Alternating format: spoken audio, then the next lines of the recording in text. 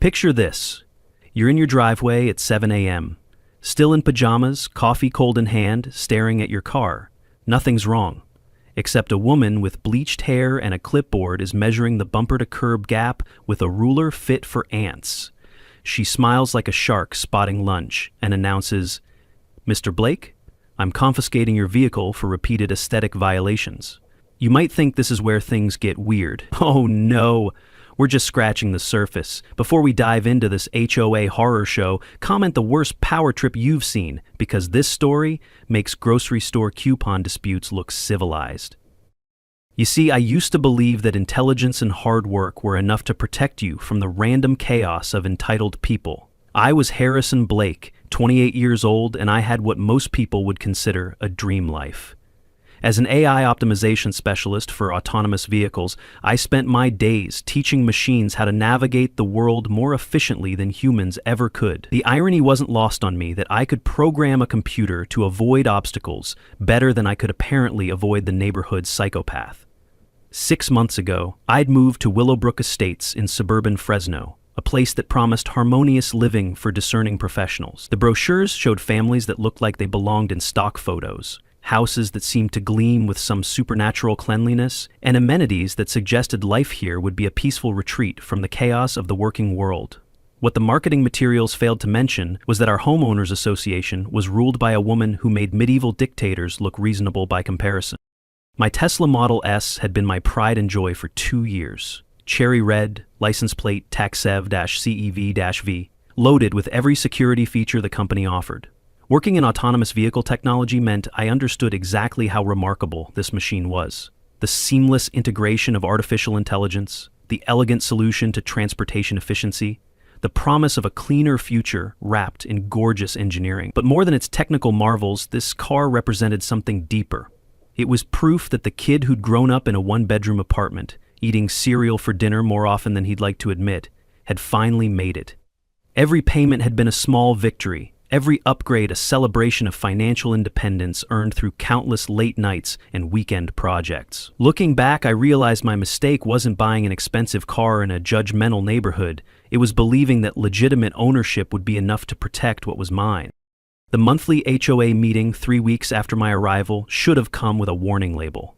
Kimberly Hartwell presided over the gathering with the theatrical flair of someone who'd watched too many reruns of legal dramas and confused herself with an actual authority figure.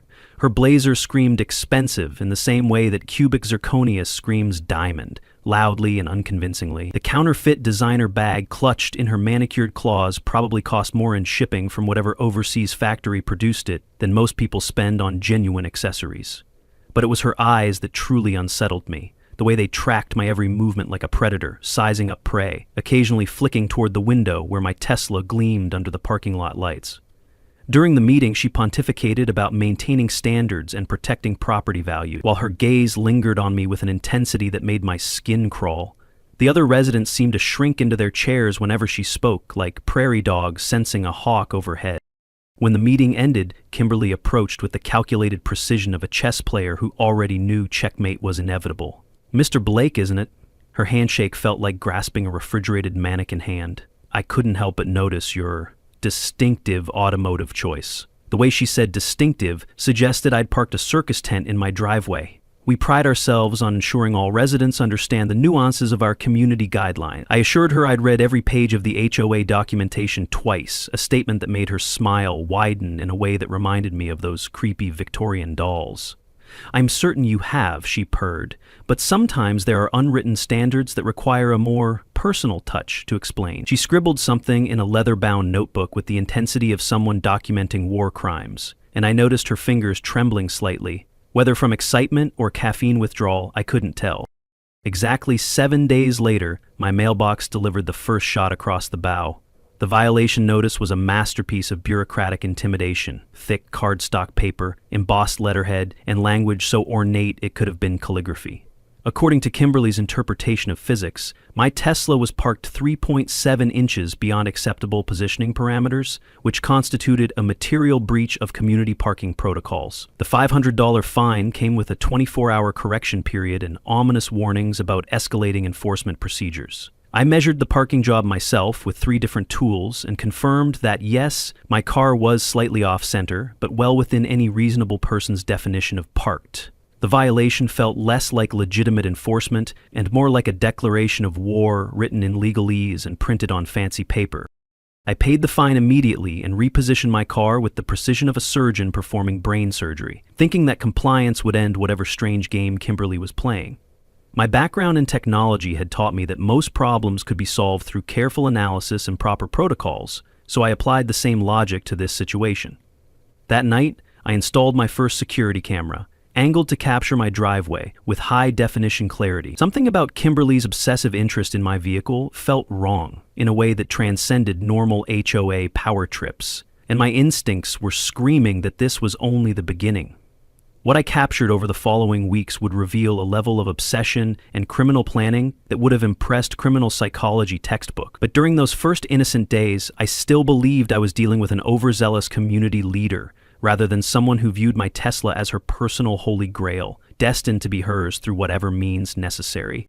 They say insanity is doing the same thing repeatedly and expecting different results, but what do you call it when someone else keeps doing increasingly bizarre things and expects you to just accept it as normal? Because by week 2 of living in Willowbrook Estates, I was starting to feel like I'd accidentally enrolled in some twisted social experiment designed to test the limits of human patience. Kimberly had apparently decided that my compliance with her first violation meant I was what military strategists would call a soft target, someone who could be pushed around without pushback.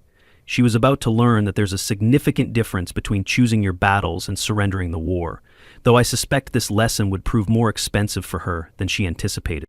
The harassment began to manifest in ways that would make a criminal psychology textbook proud. Kimberly started conducting what she euphemistically called routine compliance assessments of my property, appearing at random intervals throughout the day like some sort of HOA poltergeist. These weren't casual glances. She would spend 20 to 30 minutes examining every millimeter of my car's positioning with the intensity of a forensic investigator at a crime scene. She'd take photographs from angles that would impress an art school graduate, making detailed notes in that mysterious leather notebook with the focus of someone documenting evidence for a future court case.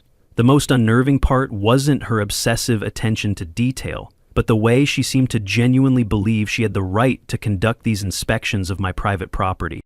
Entered Dorothy Clearwater, my neighbor and unwitting guardian angel. At 68, Dorothy had the sharp eyes of someone who'd spent decades observing human behavior, and the no-nonsense attitude of someone who'd run out of patience for petty tyrants somewhere around the Clinton administration. She lived in the house directly across from mine, which provided her with a front-row seat to Kimberly's increasingly erratic behavior. One afternoon, as I was returning from work to find Kimberly crouched next to my Tesla with what appeared to be a tape measure, Dorothy appeared at my elbow like a ninja grandmother. "Harrison, dear," she said in a voice that could have cut glass, "we need to talk, and you're going to want to sit down for this conversation." Over coffee in Dorothy's immaculate kitchen, she proceeded to download 15 years of institutional knowledge about our community's resident dictator. "Kimberly has what I call acquisition syndrome," Dorothy explained, stirring her coffee with the precision of a chemist. "She targets new residents who have nice things, particularly those who seem successful but don't have established social networks here. It's like watching a predator select the weakest member of the herd, except in this case, weak means recently moved and doesn't know who to call for help." She described 3 previous cases where Kimberly had successfully liberated expensive possessions from neighbors through manufactured violations, legal intimidation, and psychological warfare. The most recent victim had been a software executive named Marcus, who'd owned a pristine 1967 Corvette Stingray that now sat in Kimberly's garage next to other inherited vehicles.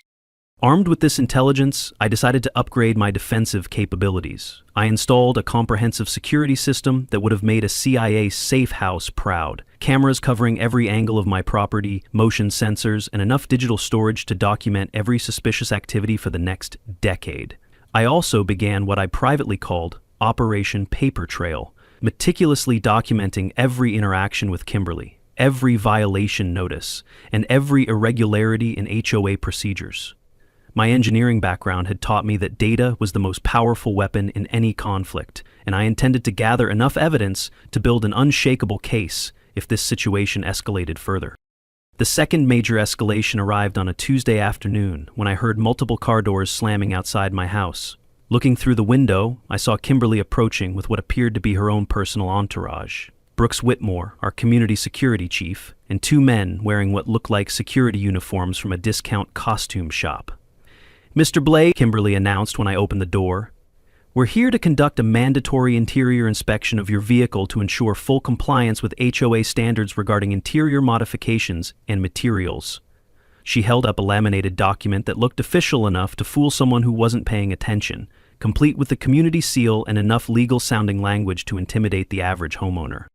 I politely declined the inspection, citing that vehicle interiors weren't mentioned anywhere in our community covenants. Her reaction was immediate and illuminating. The fake smile disappeared entirely, replaced by pure fury that she struggled to mask. "Mr. Blake," she said through gritted teeth, "I hope you understand that non-cooperation with official HOA inspections will be noted in your permanent resident file. We have various tools at our disposal to ensure compliance, and I'd hate to see the situation escalate unnecessarily." The threat was barely veiled, and I could see Brooke shifting uncomfortably behind her, clearly aware that whatever was happening here had moved far beyond normal HOA procedures. That evening brought another violation notice, claiming my Tesla created excessive noise pollution during startup and operation. Anyone who's ever been near an electric vehicle knows they're about as noisy as a library during finals week, but Kimberly had apparently decided that facts were optional in her personal version of reality. The fine was $750, and the notice included a freshly minted restriction on electric vehicle operation between 7 p.m. and 8 a.m. This rule had been passed in an emergency session attended by exactly 3 board members, with no advance notice to residents.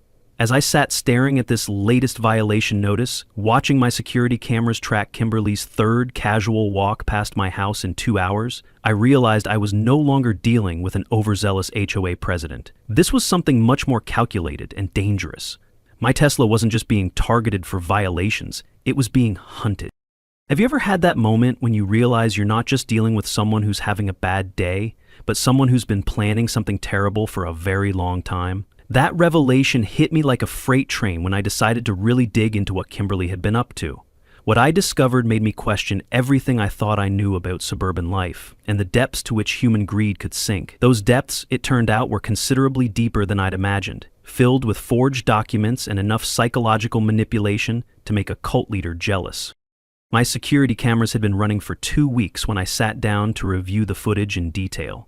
What I found was like discovering a nature documentary about predatory behavior, except the predator wore fake designer clothes and carried a clipboard. Kimberly had visited my property 17 times, always when she thought no one was watching, conducting reconnaissance missions on my Tesla. She'd tested door handles, examined wheels with the intensity of a tire technician, and spent considerable time photographing the vehicle identification number visible through the windshield. Sometimes taking multiple shots from different angles, like she was documenting archaeological artifacts. I decided it was time to do some reconnaissance of my own. Strategic phone calls to local businesses revealed fascinating information about our HOA president's recent activities. The Mercedes dealership where she'd previously purchased her own vehicle remembered her well and not fondly.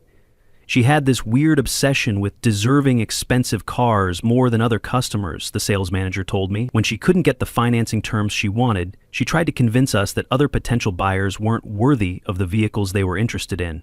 More investigating revealed that Kimberly's financial situation post-divorce was precarious, with significant debts and a lifestyle that far exceeded her apparent income. Dorothy proved invaluable in this investigation, possessing 15 years of institutional memory about suspicious HOA activities. "Harrison, dear, I think you should know about the others before you. There was a young lawyer named Jennifer who had a beautiful Porsche Cayenne. Kimberly harassed her for months until Jennifer finally moved away. The Porsche disappeared around the same time, and I've seen it in Kimberly's garage more than once since then. The pattern was clear and disturbing. Kimberly wasn't just targeting expensive cars randomly. She was conducting market research on luxury vehicles in our community, identifying targets that matched specific criteria. I decided to test a theory by deliberately varying my Tesla's parking positions and maintenance schedule. For 2 weeks, I changed where and how I parked, washed the car at different times, and occasionally left it at unusual angles. Without fail, within hours of any change, Kimberly would appear to inspect the new configuration. She photographed every variation, documented each change in her notebook, and brought different tools to measure distances and angles. It was like watching someone conduct an obsessive scientific study on the parking habits of a single vehicle. The third major violation notice arrived like a declaration of war. This document was even more elaborate than its predecessors, printed on expensive paper with ornate formatting. According to Kimberly's creative interpretation of reality, my Tesla was aesthetically incompatible with the established visual standards of Willowbrook Estates and posed a significant threat to property values. The notice demanded that I either pay a relocation consultation fee of $5,000 or temporarily surrender the offending vehicle to HOA custody. I had 7 days to comply or face immediate asset protection procedures. This crossed the line from harassment into attempted extortion. I immediately contacted Patricia Montenegro, an attorney specializing in property rights and HOA disputes. After reviewing my documentation, she looked at me with professional admiration and personal concern. "Mr. Blake, what you've documented here isn't just HOA overreach, it's evidence of a systematic criminal enterprise. The language in these notices has no legal basis whatsoever, and the escalating demands suggest someone who's completely detached from reality." Patricia's research revealed that Kimberly had been involved in similar disputes in 2 previous communities, using her HOA positions to intimidate residents with valuable possessions. The most chilling discovery came when I revisited my security footage with fresh eyes. In one clip, Kimberly could be seen examining my Tesla's door locks with various small tools. In another, she was attempting to insert something into the charging port. Most concerning was footage showing her taking detailed measurements of the vehicle's dimensions and comparing them to information in her notebook, as if ensuring it would fit somewhere specific, like a particular garage or storage unit. That weekend, I received a phone call that confirmed my worst suspicions. A locksmith from across town called to verify some information. "I had a woman come in asking about making a duplicate key for a Tesla," he explained. "She had some paperwork that looked legit, but something felt off. When I asked for additional verification, she got agitated and left. I thought you should know, someone's trying to get a copy of your car key." He described Kimberly perfectly, down to the fake designer bag and leather notebook. As I hung up the phone, I realized that Kimberly's harassment campaign wasn't just about intimidation or extortion, it was reconnaissance for an actual theft. She'd been studying my car, my schedule, and my responses, gathering intelligence for a planned heist. The violation notices weren't attempts to collect fines. They were psychological warfare, designed to destabilize me and potentially convince me to relocate the vehicle somewhere she could access it more easily. I was dealing with someone who'd turned theft into a science, and I was her current subject of study. You know that feeling when you're watching a horror movie and the protagonist finally realizes the killer has been living in their attic for months? That's exactly how Monday morning felt when I woke up to find 2 police officers standing in my driveway next to my Tesla, with Kimberly beside them holding a manila folder thick enough to contain the complete works of Shakespeare. Except instead of literary classics, this folder apparently contained what she believed was irrefutable proof that I was a car thief who'd been brazenly parking my stolen vehicle in plain sight for months. The audacity of it all was almost admirable, keyword being almost, because attempted grand theft auto tends to put a damper on one's appreciation for creative criminality. Detective Rachel Sterling introduced herself with the weary professionalism of someone who'd seen every possible variation of human stupidity and still managed to be surprised by new developments. "Mr. Blake, we've received a report about a stolen vehicle and we need to discuss the Tesla in your driveway." Kimberly stepped forward with the triumphant expression of someone who just won the lottery, the Nobel Prize, and a lifetime supply of validation all in one moment. "Officers, I've been trying to resolve this matter through proper community channels for weeks, but Mr. Blake has been completely uncooperative. That Tesla belongs to me, and I have all the documentation to prove it." Her voice carried the righteous indignation of someone who genuinely believed their own delusion, or was such a skilled actress that she deserved an Oscar for this performance.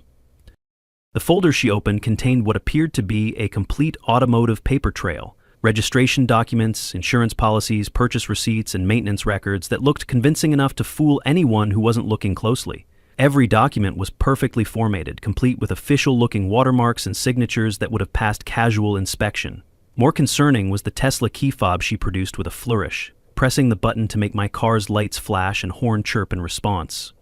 The police officers exchanged glances that clearly indicated Kimberly's presentation was making a strong first impression, while I stood there in my pajamas, feeling like the protagonist in a Kafka novel who'd stumbled into a bureaucratic nightmare without even trying. "Mr. Blake," Detective Sterling said carefully, These documents appear authentic, and the key fob obviously works with the vehicle. Can you explain how you came to possess Mrs. Hartwell's car? I felt reality tilting sideways as the implications became clear. Kimberly had somehow managed to create a convincing paper trail claiming ownership of my vehicle and had acquired a functional key fob that could operate it. If I couldn't immediately prove my innocence, I was about to be arrested for stealing my own car. A situation so absurd, it could have been a satirical sketch about modern life, except that the consequences were very real and potentially devastating. I remained as calm as possible while explaining that I'd purchased the vehicle 2 years earlier and had all the original documentation inside my house. I offered to call Tesla customer service to verify my ownership through the vehicle identification number and my customer account, and mentioned the security cameras that had been recording Kimberly's suspicious behavior for weeks. Detective Sterling seemed intrigued by these claims, though she obviously needed to balance my denials against the seemingly solid evidence Kimberly had presented. "We'll definitely want to review that documentation and footage," she said, "but right now we need to sort out these conflicting ownership claims." Kimberly, sensing that her moment of victory might be slipping away, became increasingly aggressive in pressing her case. "Officers, Mr. Blake is obviously going to claim he has documentation. Anyone can print fake papers these days. What matters is that I have the legitimate legal documents and the actual key to my own vehicle. I've been incredibly patient with this situation, but I need my car back so I can get on with my life." She dabbed at her eyes with a tissue in a performance that managed to be simultaneously moving and nauseating, depending on whether you were aware of her actual intentions. "I never imagined that reporting a stolen car would be this complicated, but I suppose criminals can be very convincing when they're desperate." Officer Martinez began moving toward me with handcuffs visible on his belt, and I could see my future collapsing like a house of cards in a hurricane. "Sir, we're going to need you to come with us while we sort this out," he said apologetically. "We'll get everything straightened out at the station, but right now, we have to follow the evidence that's been presented to us." I've never felt more helpless than in that moment, realizing that months of careful planning by a criminal mastermind were about to destroy my life because I'd been foolish enough to think that legal ownership would be sufficient protection against someone who'd weaponized bureaucracy itself. At that exact moment, Dorothy Clearwater's voice cut through the tension like a laser through butter. "Detective Sterling, before you make any arrests, I believe you need to see this." She approached, carrying a laptop and USB drive, with the determined stride of someone who'd been waiting for exactly this moment. "I've been documenting Mrs. Hartwell's behavior for months because I suspected something like this might happen. I have extensive security footage that tells a very different story than the one you've just heard." The transformation in Kimberly's demeanor was immediate and dramatic. Her confident expression crumbled into barely concealed panic as Dorothy offered to show the evidence right there in the driveway. "This is absolutely ridiculous," Kimberly stammered, her voice rising in pitch like a soprano hitting an unexpected high note. "Mrs. Clearwater is obviously conspiring with Mr. Blake to frame me. You can't trust anything that senile old woman claims to have recorded. I demand that you arrest this car thief immediately before he has a chance to destroy more evidence or flee the jurisdiction." But Detective Sterling was already accepting Dorothy's USB drive, and I could see the wheels turning in her experienced mind as she began to question the narrative that had initially seemed so convincing. As Dorothy opened her laptop and prepared to review the footage with Detective Sterling, Kimberly made the crucial mistake that would ultimately seal her fate. She began backing away from the group, claiming she suddenly remembered an urgent appointment that required her immediate attention. Her obvious attempt to leave the scene only reinforced the detective's growing suspicions about the legitimacy of her claims. "Mrs. Hartwell," Detective Sterling said firmly, "I'm going to need you to stay right here while we review this evidence. If your ownership claim is legitimate, this footage should support your story rather than contradict it." The look of pure terror that flashed across Kimberly's face in that moment was worth every second of harassment, every fabricated violation notice, and every sleepless night I'd spent wondering what she was planning. She'd been so confident in her documentation, so certain that her story would be believed, that she apparently hadn't considered the possibility that independent evidence might contradict her elaborate fiction. As Detective Sterling prepared to review Dorothy's footage, I realized that justice wasn't just possible. It was about to be served with all the precision and finality that Kimberly's careful planning deserved. Have you ever watched a master manipulator realize their elaborate scheme is unraveling in real time? It's like watching a soap opera villain discover that everyone has been playing along just to gather evidence. Kimberly's face that afternoon went through more expressions than a mime having an existential crisis, as Dorothy's security footage systematically destroyed every lie she'd carefully constructed over the past several months. What had started as supreme confidence quickly devolved into panic, then anger, then something approaching psychological breakdown as the weight of her own criminality became impossible to deny. Dorothy's security system turned out to be worthy of a government surveillance operation. Her cameras captured my property from multiple angles with crystal clear resolution, and she'd been meticulously organizing footage by date, time, and suspicious activity level. As Detective Sterling reviewed the files on Dorothy's laptop, a damning pattern emerged that left no room for doubt about Kimberly's true intentions. The first video clip showed Kimberly approaching my Tesla at 2:30 in the afternoon on a Tuesday 6 weeks earlier, spending nearly 30 minutes examining the vehicle like a prospective buyer at a dealership. She tested door handles, photographed the interior through the windows, and even attempted to peer underneath the car for reasons that remained mysterious. "Mrs. Hartwell," Detective Sterling said in a tone that could have frozen hellfire, "can you explain why you would need to conduct such a thorough examination of your own vehicle?" Kimberly's response was a masterclass in verbal gymnastics as she attempted to explain why an owner would need to measure, photograph, and attempt to break into their own car. "I was checking for damage," she stammered, making sure everything was in proper condition after Mr. Blake had been using it. The explanation made about as much sense as teaching fish to fly, and everyone present could see that her story was falling apart faster than a paper airplane in a hurricane. I retrieved my genuine ownership documents from inside the house, including the original purchase agreement, insurance paperwork, and financing documentation dating back 2 years. When Detective Sterling compared these to Kimberly's forged papers, the differences became glaringly obvious. My documents had natural wear patterns, consistent formatting that matched Tesla's official paperwork, and verification numbers that could be independently confirmed.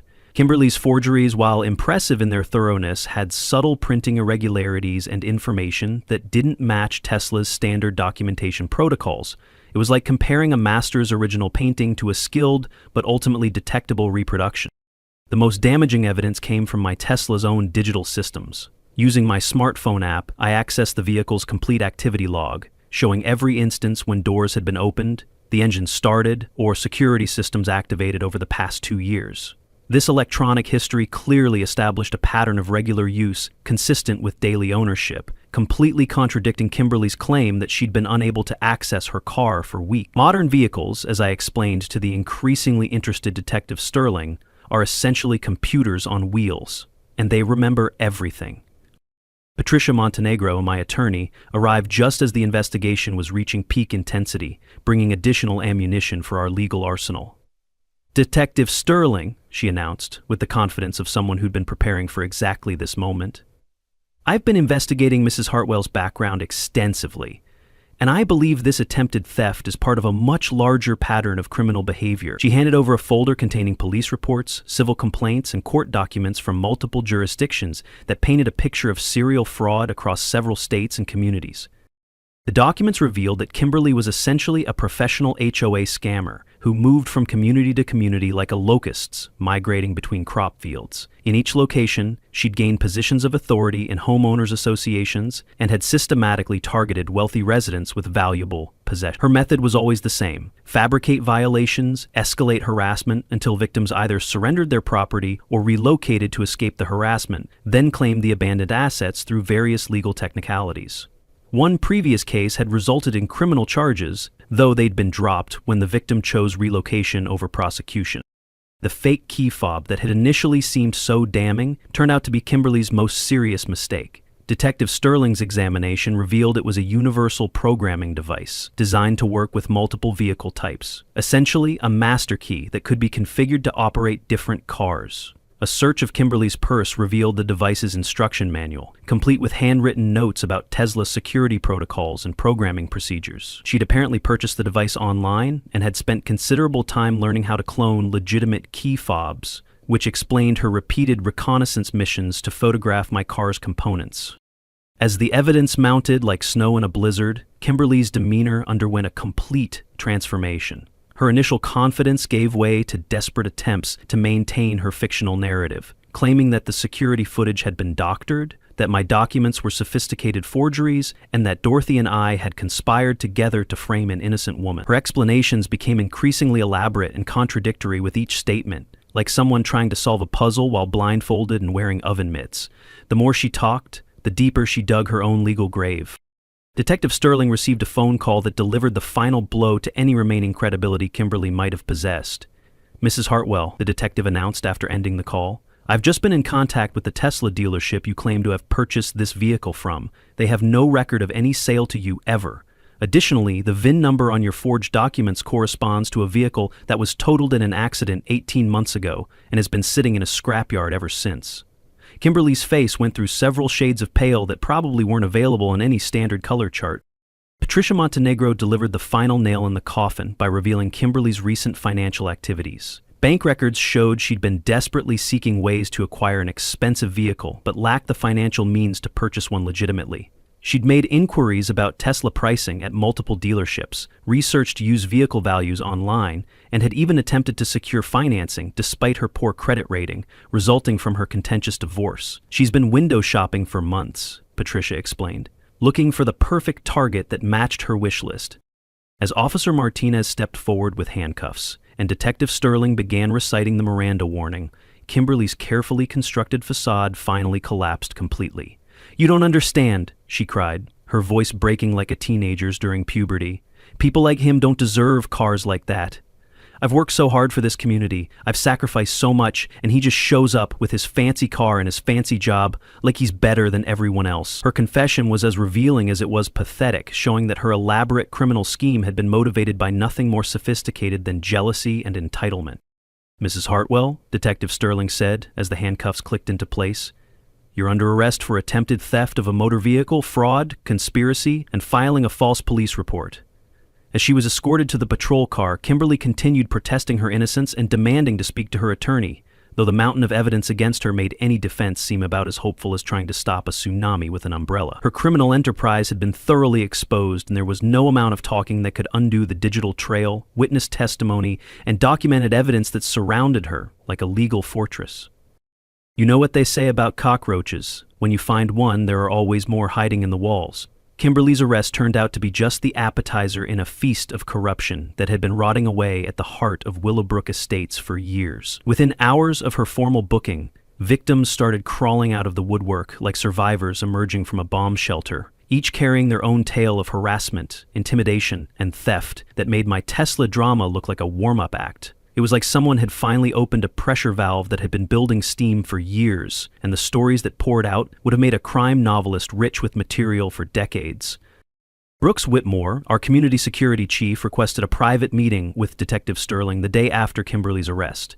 What he revealed in that conversation would make anyone question the fundamental nature of suburban governance and human dignity.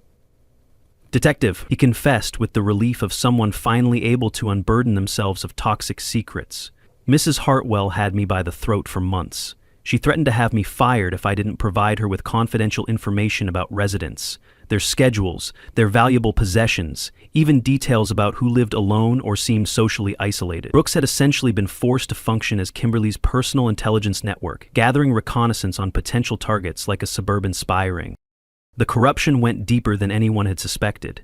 Brooks revealed that Kimberly had been systematically embezzling from the HOA's maintenance and security funds to finance her increasingly expensive lifestyle and criminal activities. She'd created fake invoices for services never performed, authorized payments to fictitious contractors who existed only on paper, and had even charged personal expenses directly to community accounts. The total amount stolen exceeded $30,000. Money that should have been used for legitimate community improvements, but had instead funded Kimberly's designer bag collection and her various schemes to acquire other people's property. More neighbors came forward like witnesses at a Truth and Reconciliation hearing, each adding new layers to the story of systematic abuse and theft. Thomas Richardson, who lived 3 blocks away, described how Kimberly had demanded he surrender his collection of vintage wines, worth over $15,000, claiming they violated some obscure HOA regulation about residential alcohol storage that she'd apparently invented on the spot. When he refused, she'd launched a harassment campaign that included daily inspections, threatening letters, and attempts to organize neighborhood meetings specifically to complain about his excessive alcohol consumption. A particularly malicious lie, since Thomas rarely drank and had simply inherited the collection from his wine enthusiast father. Lauren Whitaker, a successful real estate agent who owned a pristine Porsche Cayenne, revealed that Kimberly had been pressuring her for months to temporarily relocate her vehicle because it supposedly created parking congestion issues in their cul-de-sac. When Lauren pointed out that she was the only resident with assigned parking and therefore couldn't possibly be causing congestion, Kimberly had initiated a campaign of petty harassment that included filing noise complaints about Lauren's excessive garage door usage and attempting to fine her for inappropriate vehicle washing in her own driveway. "I started to think I was losing my mind," Lauren admitted, because she was so confident and persistent that I began to doubt my own memory about what was normal behavior. The most heartbreaking story came from Mark Stevens, whose vintage 1968 Mustang convertible had been discovered in Kimberly's garage during the police search following her arrest. Mark had moved away 6 months earlier after what he described as psychological torture disguised as community governance. Kimberly had claimed his classic car violated multiple community standards. It was supposedly too old, too loud, and too flashy for their upscale neighborhood. When Mark refused to relocate or sell the vehicle, she'd escalated to claiming it was a community safety hazard and had somehow convinced the previous HOA board to support her position. "I abandoned a car worth $40,000 because I couldn't take the constant harassment anymore," Mark told Detective Sterling. "I thought if I just left, maybe she'd leave me alone. I never imagined she'd actually steal it." Detective Sterling's expanded investigation revealed that Kimberly's criminal enterprise was far more sophisticated than anyone had initially realized. Her computer contained detailed files on dozens of residents, including income estimates based on public records, photographic surveillance of expensive possessions, and what could only be described as psychological profiles designed to identify the most vulnerable targets. She'd been studying our community like a predator examining prey, carefully selecting victims who seemed least likely to fight back effectively, or who lacked strong local support networks. The fake police officers who had accompanied Kimberly during some of her intimidation visits turned out to be her divorced brother Danny and his friend Miguel, both of whom had criminal records for various fraud offenses. They'd been paid to pose as authority figures, to lend credibility to Kimberly's false claims, and to intimidate residents who questioned her authority. Danny had even purchased a realistic security uniform online to make his impersonation more convincing, while Miguel had practiced official-sounding language to support their performances. "We just thought we were helping her with some community dispute," Danny claimed during his interrogation, though financial records suggested his participation was considerably more mercenary than familial.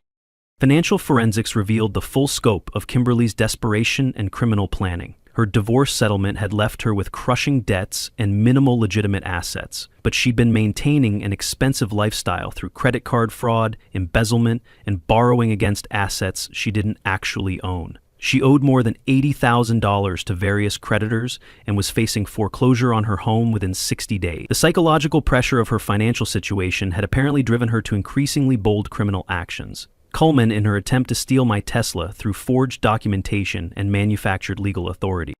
Patricia Montenegro's deeper investigation uncovered evidence that Kimberly had been researching the legal complexities of property ownership disputes with the thoroughness of someone studying for the bar exam. She'd analyzed cases where HOA authorities had successfully claimed community property rights and had tried to apply similar strategies to individual residents' personal vehicles and other valuable possessions. Her computer contained detailed notes on adverse possession laws, community property regulations, and even bankruptcy procedures that could potentially allow her to claim abandoned assets legally.